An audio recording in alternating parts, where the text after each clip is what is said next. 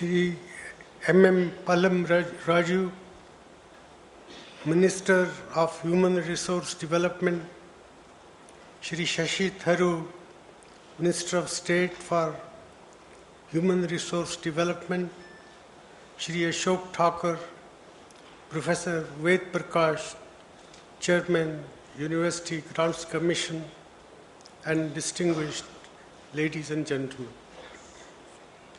I am delighted to participate in the Diamond Jubilee celebrations of the University Grants Commission, an organization with which I have an old association. Today brings back very fond memories of the year 1991 when I had the opportunity to serve as the chairman of the University Grants Commission.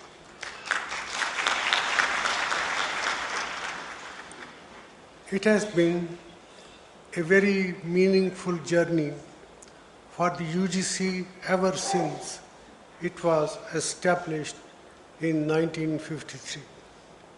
Its contribution to the cause of higher education has been widely acknowledged. I congratulate all those who have helped build the organization in the past 60 years. These 60 years have also been a complete transformation of the higher education system in our country. The process of change has accelerated, particularly in the past 10 years, which have been marked by an unprecedented expansion of the higher education facilities in our countries. The rapid changes of recent years have also implied greater challenges for the UGC. As the principal regulator of higher education, the UGC has done very well so far. However, the tasks that lie ahead require fresh thinking and innovative ways of doing things. I am sure the Commission will utilize the occasion of its Diamond Jubilee to reflect on how it should evolve in the future to be able to do full justice to its onerous responsibilities.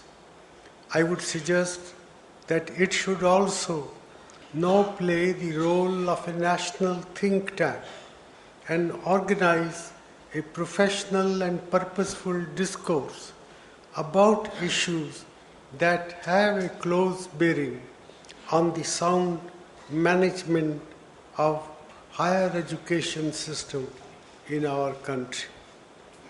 Ladies and gentlemen, in the last 10 years, our government has put unprecedented emphasis on education at all levels, primary, secondary, and higher. I think it is in this period that the criticality of educational opportunities for the growth and development of our country and for the empowerment of our citizens has been fully recognized. This period has also seen a very rapid expansion of the higher education system. Several new institutes have been set up, including 23 new central universities, 7 Indian Institutes of Management, 9 Indian Institutes of Technology, 10 National Institutes of Technology, 5 Indian Institutes of Science Education and Research, 4 Indian Institutes of Information Technology, and 2 schools of planning and architecture. Several steps have also been taken to make the higher education system more inclusive. These include reservation of seats in central educational institutions for the OBCs, establishment of new degree colleges in educationally backward districts, establishment of polytechnics in unserved and underserved areas, and support to students from the disadvantaged section of our society. We've also made a sincere effort to leverage the potential of information and communication technology to strengthen the higher education system. The National Mission on Education through Information and Communication Technology was launched in the year 2009. So far, about 400 universities and 20,000 colleges have been provided high-speed broadband connectivity under this mission. Under the National Program on Technology-Enhanced Learning, web and video courses are being developed for engineering and humanity streams. Ladies and gentlemen, all these efforts have shown visible results.